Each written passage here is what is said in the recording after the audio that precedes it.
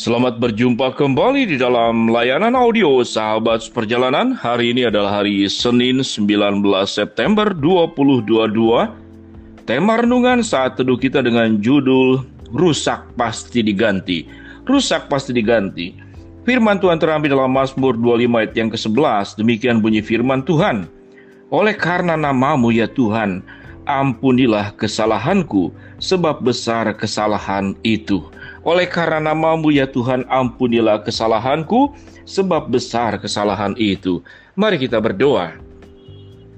Bapa yang di dalam surga, kami ingin terus dalam kehidupan kami ini memperbaiki hal-hal yang rusak, dan kerusakan itu tidak terulang kembali, namun sungguh kami mengalami pemulihan, pembenahan, dan tidak ada lagi yang retak, tidak ada lagi yang rusak dalam kehidupan kami.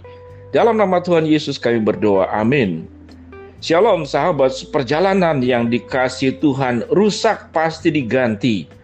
Ini adalah tema daripada renungan sahabat perjalanan. Namun yang terjadi di dalam keseharian kita masing-masing, ada satu peristiwa seseorang yang sedang berbelanja di sebuah supermarket. Kemudian tiba-tiba dia dianggap sebagai menjatuhkan barang-barang yang sedang dipajang, dan sedemikian banyak yang jatuh dan rusak karena dia berada di bagian-bagian pecah belah. Sahabat perjalanan, tentu orang ini kaget luar biasa, dan tentunya pihak daripada yang memiliki supermarket tersebut akan meminta ganti untuk seluruh kerusakan yang ada. Namun sahabat perjalanan, setelah dilihat di CCTV, ternyata memang barang itu jatuh sendiri dan bukan tersenggol ataupun tertarik oleh pembeli tersebut. Sehingga dengan rasa tenang, pembeli tersebut tidak perlu menanggung sebuah kerusakan. Namun kalau seandainya kita yang merusakkannya, kita yang memegang, saat dipegang kemudian kita menjatuhkan secara tidak sengaja, kita akan diminta ganti. Dan apapun yang diminta ganti, barang tersebut tidak akan bisa pulih kembali. Tentu uang yang kita berikan akan diganti dengan membeli barang yang sama dan dipajang kembali di toko tersebut. Itulah kurang lebih kisah kehidupan. Namun ada kerusakan yang bisa diganti tentu dengan sebuah perjalanan di mana kita menyimpan sesuatu. Misalkan asuransi mobil, asuransi rumah, asuransi kesehatan, asuransi jiwa, asuransi apapun juga. Itu bukan tiba-tiba kita mengambil asuransi karena ada tabungan yang kita lakukan terlebih dahulu di bagian asuransi tersebut. Sahabat perjalanan, kita tidak pernah menabung apapun bersama dengan Tuhan. Namun Tuhan menjanjikan setiap kerusakan yang ditimbulkan oleh kehidupan kita, tatkala kita datang kepada Tuhan, kita hadir di hadapan Tuhan, Tuhan akan memulihkan. Itu yang firman Tuhan katakan. Oleh karena nama-Mu ya Tuhan, ampunilah kesalahanku, sebab besar kesalahan itu. Hal yang paling rusak dalam kehidupan kita adalah setelah manusia jatuh di dalam dosa, kita mengalami tidak hanya rusak sebagian, rusak pinggirnya saja, rusak bagian bawahnya saja, totalitas hidup kita rusak karena kita jatuh dalam dosa, sekalipun itu dilakukan oleh nenek moyang kita, Adam dan Hawa. Namun dosa turunan itu menetap di dalam setiap diri manusia.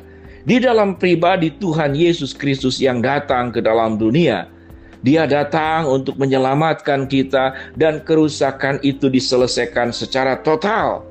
Kita dipulihkan secara sempurna.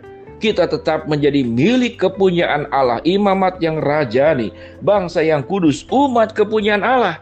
Sahabat seperjalanan, namun setelah proses pemulihan itu, kita harus baik-baik menjaga hidup kita. Karena kita akan bersentuhan dengan banyak aspek dalam kehidupan ini yang bisa merusak kehidupan kita. Godaan-godaan yang ditimbulkan, kehidupan-kehidupan tawaran yang bisa timbul dari dalam diri kita karena hawa nafsu, karena dosa, karena kebencian, karena kemarahan, karena keserakahan, ataupun dari pihak lain yang menawarkan berbagai macam dosa. Tentunya setan yang bekerja keras untuk kehidupan kita yang sudah dipulihkan itu kemudian dirusak kembali. Apa yang kita perlu lakukan sahabat seperjalanan dalam kehidupan ini? Kita terbiasa mendekatkan diri dengan banyak hal yang kita tidak mau lepas. Kemana-mana kita bawa dompet, kemana-mana kita bawa kartu ATM, kemana-mana kita tatkala berkendaraan, membawa STNK, membawa SIM. Kemana-mana bagi orang-orang tua yang sudah lansia, membawa obat. Karena dia ada ketergantungan dengan obat yang harus diminum. Kita bawa kemana-mana dengan satu keyakinan bahwa itu menenangkan hidup kita. Sahabat seperjalanan, namun pernahkah kita membawa pengampunan Tuhan, pemulihan Tuhan itu kemanapun kita berada? Pernahkah kita mensyukuri bahwa kekuatan Tuhan, pertolongan Tuhan, pemulihan Tuhan, pengampunan Tuhan itu selalu terjadi?